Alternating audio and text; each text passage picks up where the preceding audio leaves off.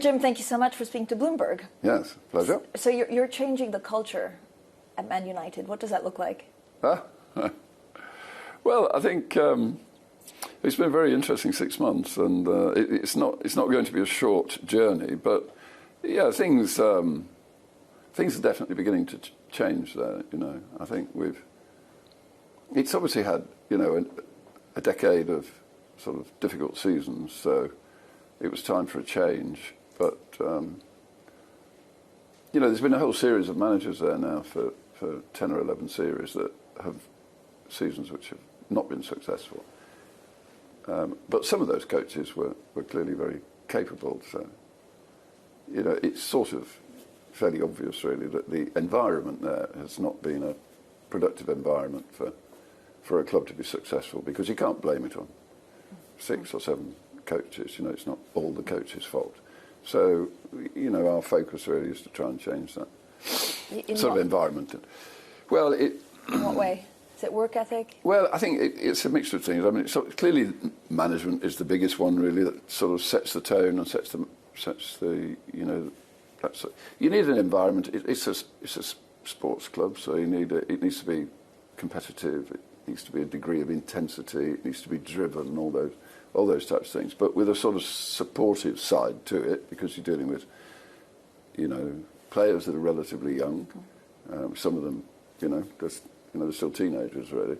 So you need that sort of environment, and it hasn't had that type of environment historically. So, what we obviously will have a new chief executive, a new sporting director, a new technical director. And that will sort of set the tone. They're all sort of world-class individuals. They're all new people into the club. So, that will start to drive change when they settle in. Of course, one of the biggest issues in football, which I have to say I wasn't fully prepared for, was the gardening leave issue. Which is not something that I bump into in my sort of business world, and I see absolutely no point in the gardening leave sort of thing that they have in football. But of course, it just makes it difficult to change things with pace. Right. Because Omar's on 6 months, Dan Ashworth's on 1.5 years.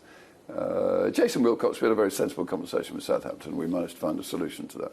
Newcastle are just being very difficult and very awkward about Dan. So, until you get the people in, it's quite difficult to drive the change, and it's just frustrating. So the manager is now sticking around. There were so many media reports that he wasn't going to stay. Did that bug you? I mean, it's for the team to decide, about coaches and management and players and all that type of thing. So, I mean, there tends to be a great focus in football and an attribution of success or failure, sort of blame, on a coach. But it's not all about a coach. It's about many more things than that, really. And, the coach isn't the central issue at Manchester United. The central issue at Manchester United is they have an environment which is not particularly productive in the sporting world. They've made lots of poor decisions over 10 years on coaches, footballers, and just the way in which they manage the facility. And they haven't kept up to date with the modern world. So some of the practices are not the level they should be for the biggest football club in the world. So concretely, what does that look like? You come in, were you surprised? Were there more surprises to the bad side than good surprises? I would say that everything we've looked at has presented itself as an opportunity, which you could interpret as saying there is room for improvement everywhere we look. There's room for improvement at Manchester United, and we will improve everything, because we want to be, at the top of that. We want to be competing for the Premiership every year and competing for the Champions League every year. That's where we need to be. We need to be where Real Madrid is today, but we're not there at the moment, and it will take time. You can't. It's not a light switch. You can't, flick a switch and it's all going to be. Is there a club? Tomorrow. Is there a club or a company that is a template of what you want it to look like? I think Real Madrid have done a fabulous job, really, to be honest. There's an interesting statistic which compares Real Madrid with Manchester United. If you look at the 10 or 11 seasons since Alex Ferguson and David Gill was the CEO. They retired at the same, or they left at the same time. During that period of time, Manchester United's net spend on players, so that's players they bought less the income from players that they sold, is £1.1 billion. So United have not been mean with the chequebook. They've actually spent an awful lot of money. Real Madrid over that same period of time is only £200 million, which is surprising when you hear that, because today they have a squad where 6 or 7 players are valued over 100 million euros, and Manchester United doesn't have any players that are valued at 100 million euros or more.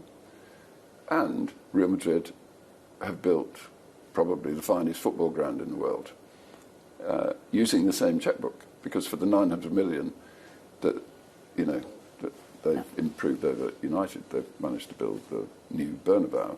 So if you compare and contrast that to those two sets of statistics, you can see that the quality of management at Real Madrid has been better than the quality of management at Manchester United, and the consequence is you finish it with a great squad and a great ground. But so would you be ready to spend that amount of money for an Mbappe-like player for Man United? Well, you have to look at the balance sheet to start with, and I don't think the solution is to buy an Mbappe.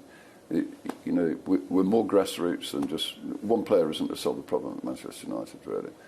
I think the first thing you need to do is, you need to build a balanced squad, and we need to make progress with the squad. And ultimately, maybe you top it off with a player or one or two players like Mbappe, but it's not the solution today. How much would you want for the next season? How much are you ready to spend? In the modern world, of course, it's more difficult to answer that question because of all the host of regulations that tell us how much we can and cannot spend. We have FFP to deal with, so we've got more accountants than we've got sporting people at Manchester United trying to run all the models, of course. But so it is a function of what you're spending, what your balance sheet and what your spending looks like, and what your salary bill is for existing players and what your amortisation bill is for existing players. That decides how much you can spend for the next season. So Manchester United has spent quite a lot of money in the last 2 seasons. I think they've spent about 400 million.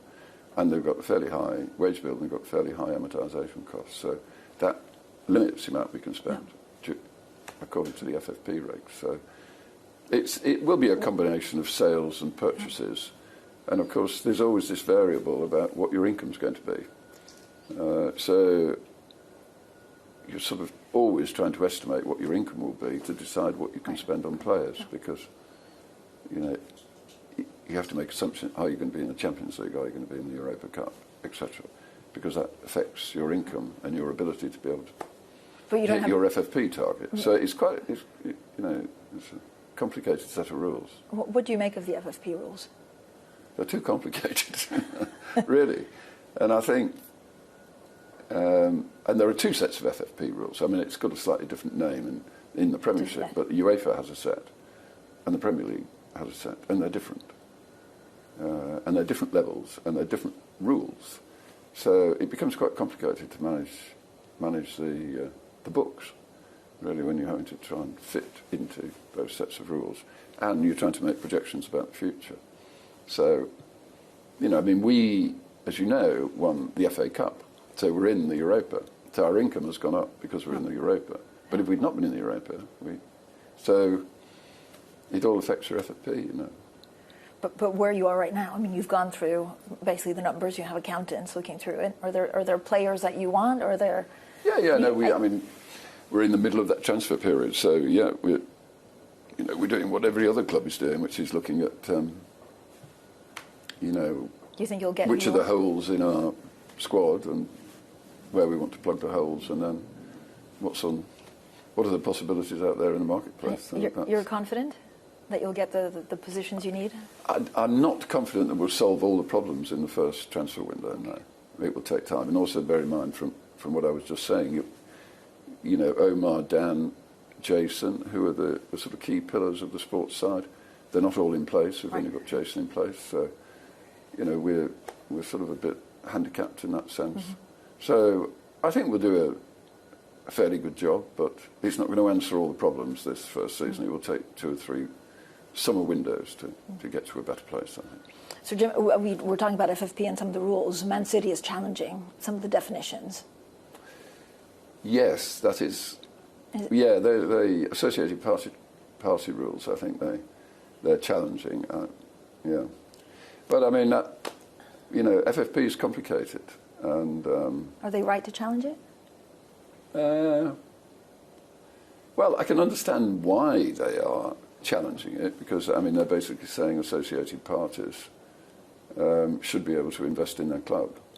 So I think they've got, is it Etihad, the airline that's investing in Manchester City. So you can understand why they would say that, and they want an open market, a free market.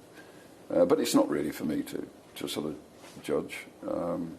I just think the Premiership needs to be careful it doesn't get itself into an endless legal wrangle with lots and lots of clubs, because at the end of the day, the Premiership is probably the most successful sporting league in the world, certainly the most successful football league in the world.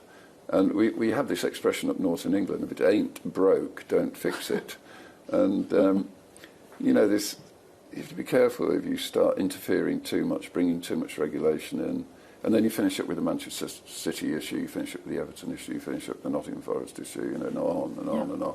And if you're not careful, the Premiership is going to finish up spending more time in court than it is thinking about what's good for the league. And we've got the best league in the world. Don't ruin that league, for heaven's sake. And then there was all this conversation about anchoring, and what would anchoring do? Anchoring would that would inhibit the top clubs in the Premiership. And the last thing you want in the Premiership is for the top clubs in the Premiership not to be able to compete with the Real Madrids, Barcelona, Bayern Munich, PSGs. I mean, that's absurd. And if it does, then it ceases to be the finest league in the world. So people have to be. And then we've got the government regulator. We're now talking about a government regulator coming in, and they, if you've got a government regulator, at the end of the day, they'll interfere, and that won't be good. So, I mean, I have a few concerns about the Premiership in that, when Richard Scudamore ran it, it was a really fine league. It was very successful, and over that, I don't know how old the Premiership is now, 15 years, it became extremely successful. And then everybody starts interfering and messing about, and that's, my view, is not good. So do you worry about the people in charge? Is it a personality concern about? No. It's not about. I don't know how they've drifted. I mean, I've only been in football for 6 months. So what you've been following it for a long time. No, that's true. No. I mean, I know Alison. She's a very sensible lady and what have you. But no, I think that drift into complexity that's unnecessary. I think people just need to stand back and think about whether that's good. I mean, they should remember what the Premiership's about. It's the best league in the world, and that's the focus, is keep it the best. And it's got the most income in the world. So, for the UK, we get the best players coming to the UK, we get the best coaches coming to the UK, we get the best football in the UK. I mean, it's very different to French football. We obviously own Nice down here. Premiership, everybody in the world follows the Premiership. Everybody in the world knows who the middle clubs are in the Premiership, don't they? Everybody knows a bit about Fulham and Everton, and not just the top 6. But in France, that's not the case. In Italy, it's not the case. People don't know about the small clubs, or, the medium-sized clubs in France. So the Premiership is a real jewel. Leave them mess about too much. What will you do with Nice? Well, I think. Of all things that happened, we weren't anticipating that we would both finish up in the Europa Cup, because up until Christmas, Nice was a very close second in the league to PSG, so we were anticipating they would be in the European Cup. And of course, United, up until the last game, were not in any of the European leagues. So for them both to finish up in the same league was quite. I mean, it was fantastic news, obviously, for Manchester United winning the FA Cup. But do you understand the rules, or have you spoken to UEFA about what happens if you're? It just means you have to put Nice into a trust, basically, for a year. So it's hands off for a year, basically. I mean, I get some of it. Will you sell it? I think the public perception of a common owner owning two different clubs in the same competition, they want to feel comfortable that there's no interference of any. I mean, why would you ever interfere? I don't know, But some of it is a bit too. So we've got a player, for instance, I won't mention his name. We've got a player in Nice who was really interested in joining Manchester United, and I think he probably has the capability of being in the Manchester United squad. And they've said we can send him to another Premiership club, but we can't send him to Manchester United. Well, that's not fair on the player, really, and I don't see what that achieves. So there are some sort of rules like that, which the UEFA things, Would you ever sell Nice? Sorry? Would you sell Nice? It's not our intention to sell Nice, because I quite like the concept of the multi-club. And I think Nice would be very complementary to Manchester United for two reasons, really. One, you can blood younger players in Nice than you can in Manchester United, because Manchester United sits at a higher level, so it's quite tough to bring an 18 or a 19-year-old. I mean, occasionally you get a Kobe Mainu, but it's quite difficult to blood those younger players. But in Nice you could do that, and that would be a benefit to Nice, of course. And secondly, in the UK, because of Brexit, it's quite difficult now to contract the younger, generational talents in Europe. But Nice could do that. So we could bring, if there's a fantastic 15-year-old in France, we can sign him up to Nice and use Nice as a conduit to Manchester United later on. Would you see something like a European Super League? Or no. way, because of the rules, or because you're the biggest, most important club in the Premier League, do you feel like you're getting fair treatment because of all these rules? I don't think I have enough experience in understanding quite how Premier League works yet. I mean, I think everybody has an equal vote. And there used to be, I believe, as explained to me, there used to be a sort of coalition of the 6 major clubs who would have a certain level of influence in the Premiership, but that broke down after the Super Club, the European Super Club initiative, and I think they need to be careful that the top 6 clubs are not disadvantaged because they don't sort of get a reasonably strong say in that committee, because at the end of the day it's those top 6 or 7 clubs that drive the Premiership. That's what the world's interested in, We have an election in the UK, July 4th. You we may have heard about it. Yeah, it's a surprise. We heard yesterday from Labour that they'd be looking at maybe changing some of the football rules, some of the levies on transfers, ticket sales. What? I haven't heard that, actually, yes. I'll just go back to what I was saying. Don't interfere too much. You can, There's a great temptation, because the Premiership is so big and so successful. There's temptation for people to interfere with it, to leave it alone, be mine. What's your take on the UK right now, ahead of the elections, on the UK? Is it good for business? I mean, you're here, you're here in Monaco. I think that, the Conservatives now have had, they've had a fairly long stint, and they've put forward a whole series of prime ministers that haven't been terribly successful, really, to be honest, the last 4 or so. So, I think the UK, everybody in the UK now, you can see that the mood in the UK, everybody's ready for a change. They've had enough. So it's, I think I've met Keir Starmer a couple of times. I like Keir. I think he'll do a very sensible job. So would you ever go back? We're going to have a change. I mean, that's the. But would you go back to the UK as a resident? I mean, you're also trying to build the Wembley of the North. Do you think it would help if you were back in the UK? Well, I live down here. My family's down here, so, and I'm sort of quite settled here because I quite enjoy the life, and the weather is rather better than the UK, as you may have noticed looking out the window. I mean, I love the UK. That's where I'm from, but and I've spent the first 60 years of my life there, but I do quite enjoy it down here. As I get on a bit, it's quite nice to 300 days of sunshine here is quite nice. But I mean, never say never, really. Who knows?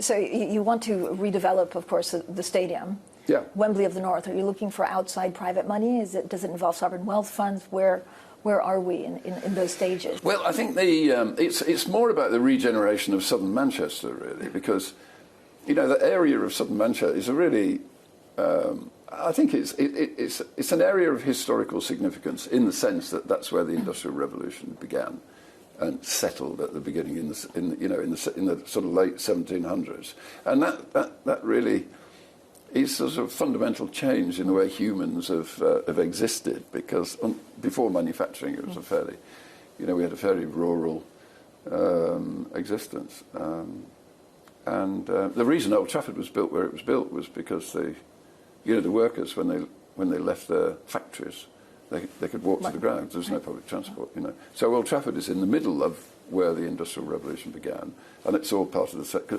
Manchester United is 150 years old in 2028.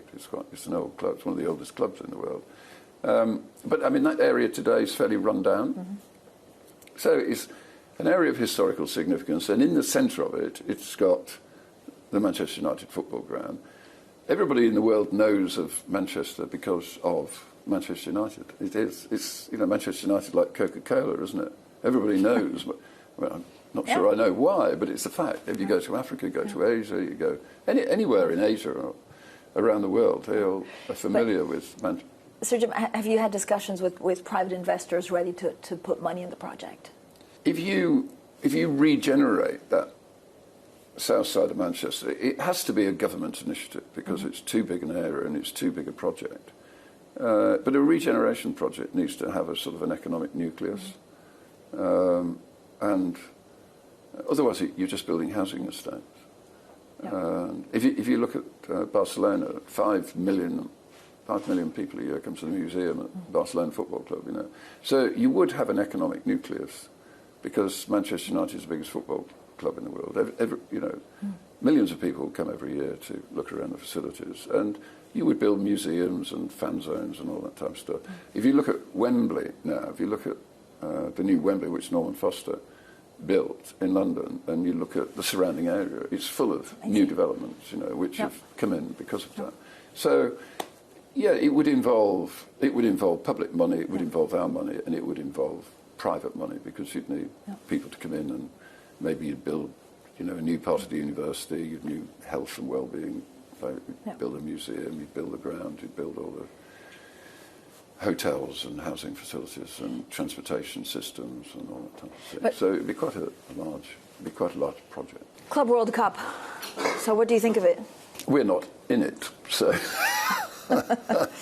so I think my opinion is probably relatively irrelevant. But I think the key issue is that you can't just keep taking more from footballers. They've got their leagues, they've got the World Cup, they've got the European Cup, they've got the Champions League. Now you want to have the Club World Cup on. I mean, they never get a break. And, you can see some of the footballers at the end of the season were exhausted. Rodri was a classic example at Manchester City, wasn't he? I don't know how many games he played, 60 games or something like that. And it's, if you've got... I know Eliud Kipchoge really well, because we get involved with him. And he runs 2 marathons a year. He runs one in the first half and one in the second half, and he does his training in between. But these footballers, you can't expect them in a game which is really physical. It's sprinting, it's turning, it's quite physical, tackling and all that type of thing. I mean, you're just going to finish up with everybody getting injured all the time and curtailing their careers if you over. I mean, I'm seeing a bit the same in Formula. We obviously are involved in Formula 1 with the Mercedes team, and they keep wanting to extend the season so they can make more money, and then extend the season a bit more, they can make more money. And it's the same with football. Everybody wants to make more money. UEFA wants to make money. FIFA wants to make money. Premiership wants to make money. But does that mean... Everybody wants to make money, but you've got this one set of football. You can't, you don't kill the football. That's my... But so if you were asked to be in the club, you'd say no? Sorry? I know you haven't qualified. But would we say no? I think we would... I mean, I don't know what we would say because we haven't sat down and talked about it, but we would sit down and think about, is this the right thing for the club? and the footballers in the club. Yeah. Because, if you string yourself out too far and wide, then you don't want to be mediocre in lots of things rather than good in a smaller number of things, really. It's becoming quite an issue in football because, the clubs have got so many games. You can't pay your first team every game, so you have to have a bigger and bigger squad to be able to cope with the demands on the footballers' times. I haven't asked you what you're doing with the women at Manchester United. Well, they've just won the FA Cup. But do you look for? Would you spin it off? We haven't. Would you have an investor come in like Chelsea has? We haven't really. We haven't got into that level of detail with the women's football team yet. We've been pretty much focused on how do we resolve the first team issues really in that environment, and that's been pretty full time for the first 6 months. So TBC. Correct. Sir Jim, away from football, how do you think foreign investors look at the UK? So there has been, the levelling up agenda that hasn't really quite worked out, as maybe some politicians promised. Well, we talked about levelling up in the UK, and the Great Northern Powerhouse, but it never really happened. But will it under Labour? Yeah, I think much more so. I think one of the things Keir is maybe talking about is giving the mayors, the mayors of the major conurbations or cities in the UK more power to develop their area. And Andy Burnham is, he's very passionate about Manchester. And he also recognises the reason Manchester is on the map is because of Manchester United. And he very much believes that the project, that regeneration project of southern Manchester will be is very much needed and is a great project, really. But do you think Sir Keir will do a good job in attracting investment? There's talk about, VAT on public schools, there's non-doms. I don't know how you see the UK under a Labour government. I wasn't a fan of the non-dom change. I thought that was very foolish, I have to say. But that wasn't Labour, that was Conservative that came up with that smart idea. 60,000, you've got 60,000 very wealthy people in London. Why do you want to encourage them to leave? That doesn't make any sense to me, really. Because they all bring, enormous value to that economy in the south. Most of the non-doms are in London, in the south of England. But I think that regeneration of southern Manchester would attract quite a lot of investment. And I think, if we are successful in building the Wembley of the North, I think it's appropriate that there's a venue in the north of England for sort of major. If you look at a lot of the sort of the major sporting events. Wembley's in the south, Twickenham's in the south, Wimbledon's in the south. The Olympic Village was everything's in the south, and yet you've got all these people in the north being attacked. And if you look at the Champions League, 10 Champions Leagues in the northwest of England, 2 in London, and yet all the football tournaments are down in the south. The semi-finals of the FA Cup are in the south. There should be a Wembley or a Stadium of the North, really, in the north for the people of the north. I'm sort of quite passionate about that. How do you see the chemical industry, actually, in Europe? Chemical industry. What does it mean for INEOS? Is there, again, I don't know how a Labour government. I don't know if you've spoken to Sir Keir about how a Labour government. There's not much chemical industry left in the UK. No, it's finished. Chemical industry in the UK is pretty much finished, really, unfortunately. I don't think the government ever really recognised the importance of that. It's an enormous industry worldwide. But if you look at petrochemicals in Europe, it's about the same size as automotive. It's a really big industry, and similarly in America. In Europe, I think, trillion euro industry, chemicals and petrochemicals. Right. It's about the same size as the car industry, but there's very little left in the UK now. It's all. If you look at the UK, if you go back 25 years, 30 years ago, manufacturing in the UK was about the same level as Germany, about 25% of GDP. Germany's still 22 or 23% because it's got a government which has been focused on maintaining a healthy manufacturing base in Germany. But in the UK now, we're maybe 8% of GDP from 25% 30 years ago. So manufacturing is...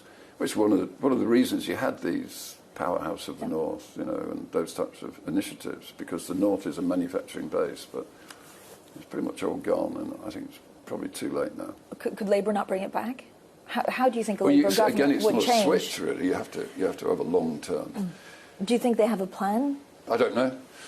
Not that I'm aware of for bringing back. I mean, places like America are in a great place for manufacturing because they've got cheap energy, they've got no carbon taxes, they've got a government which is very interested in it, they've got social costs which are very manageable. But then you look at Europe. I mean, Europe's a mess for petrochemicals today. Everybody's leaving petrochemicals in Europe, which is I've never seen in my working life before.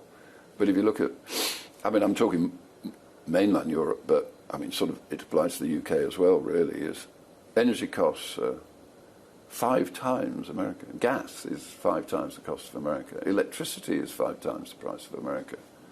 I mean, it's not 5% or 10% or 50% more, it's 500% more. So anything where, any sort of activity which involves using energy in some form or another is disadvantaged in Europe compared to America, or the Middle East, obviously. And then on top of that, you've got a carbon tax. So if you emit anything which has got carbon in it, you pay a carbon tax. You don't pay a carbon tax in America. And then on top of that, you've got social costs. You've got But do you think that's changing? I mean, we had European elections. Is it changing? Yeah.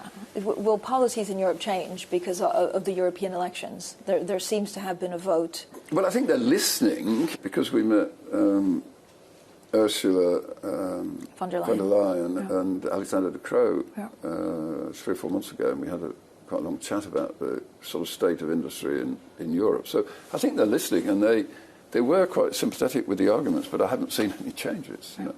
So I mean, energy is really important for an economy at the end of the day. I mean, obviously labour costs and energy costs. But do you think you could have built your empire, in the current environment in the UK and Europe? Were you starting now? That's a good question, actually. I think it'd be quite tough in Europe now. INEOS today, the majority of our profits come from the United States, whereas if you take INEOS 20 years ago, the majority of our profits came from Europe. And it's slowly all moved across to the United States because the United States is a much more competitive environment for chemicals and petrochemicals. And immense amounts of investment and new build in the American marketplace and in China and in the Middle East. And Europe has been stagnant probably for 25 years now. Nothing new in Europe for 25 years. I know you... Quite a contrast. You've been disappointed with the way Brexit has been run? Is that a fair qualification? Yeah, it is actually. I agree. Yeah. So how would you do it differently, and how do you think Labour will deal with it? Would you be? Would you ever go into politics? No, I don't think they'd have me. Actually, I'm probably not. I'm not PC enough, I don't think, for politics, and I'm certainly not very woke. But no, I mean, how would you run the country? I think, how would you run the country? I think, for me, you've got immigration, which is one issue, and the other issue is the economic issue. If you just look at the economic issue for the UK, it's really, in my view, it's quite simple. Is the UK economy is £2 trillion. The GDP is £2 trillion, and the government take half of it, at least half of it. So the government spend is £1 trillion. Right. So, in my view, they're major. And if you look at INEOS, we spend 60 or 70 billion a year, something like that. The government spends 1 trillion. That's an awful lot more than us. So, you need to spend the money well, because you're not spending your own money. You're spending the population of the UK's money. And there are good reasons why people pay taxes. You've got healthcare, you've got police, you've got roads. All those types of things. And I don't think the government manages those things very well. And I don't think it focuses on them very well. And I don't think it's got the right quality people running them. But they're spending £1 trillion. The health service is a mess. We don't have security anymore. Education's a bit of a mess. we can't run sewage systems in the UK. I mean, you know, we had sewage systems running in the Victorian era, and you know, we allow all the utilities. I mean, just take that as a simple example. We allow all the water utilities to be sold off. They were mainly bought by French companies. Then the French companies pay 50 billion pounds in dividends, but don't reinvest in the equipment to ensure that we've got top-class equipment to manage our, you know, sewage and drinking water facilities. And then all of a sudden it's a crisis. I mean, why doesn't the government say, if you want to buy a water utility, then these are the minimum requirements you need to, you know, and if the people don't behave, then do what they do in America, they lock them up. You know, there's some consequence if you misbehave. So you've got that whole issue of the economy, and then you've got immigration, and they haven't dealt with immigration. They've sort of danced around. But I think we had 500,000 people come in the UK last year. Well, 500,000 people is 2 times the size of Southampton. I mean, 2 Southamptons in a year. And you think about all the infrastructure. One of the basic problems we've got because we've allowed so many people into the country. And that will go on forever because, you know, we speak English in England and all the planet speaks English now. And there are 8 billion people in the planet. There are going to be 10 billion people by 2050. So there's always going to be a flood of people trying to get into the UK, so they need to be able to deal with it. But we probably have got, you know, an infrastructure for 50 or 55 million people, and we've got 68 million people. So the hospitals don't work, the roads don't work, nothing works. And, you know, at the end of the day, somebody has to say, no, you can't, you know, we can't take any more people in. Because if you bring 500,000 people in a year, how many schools do you have to build? How many roads do you have to build? How many sewage systems? How many police stations? And we're not doing that. We're just sort of cramming them all in on the existing infrastructure, and it doesn't work. How do you think Labour will deal with that? Do you think, you know, Sir Keir will be a good Prime Minister? Well, I think he's a very sensible man, and he's an intelligent man. So I don't know. I think you probably have to do some unpopular things to be able to get those types of issues dealt with. It's like at Manchester United. I'm having to do some things which are unpopular. But I mean, I'm happy to do it in a political environment in a way. You know, it's a bit. I mean, I think at the end of the day, doing difficult things and, you know, a degree of unpopularity in a funny sort of way might make you more popular because somebody's seeing that you're standing up and making some difficult decisions rather than just sort of blowing with the wind a bit. I don't know. I mean, time will tell. I can't predict how that will all go. Sir Jim, thank you so much for your time today. Thank you.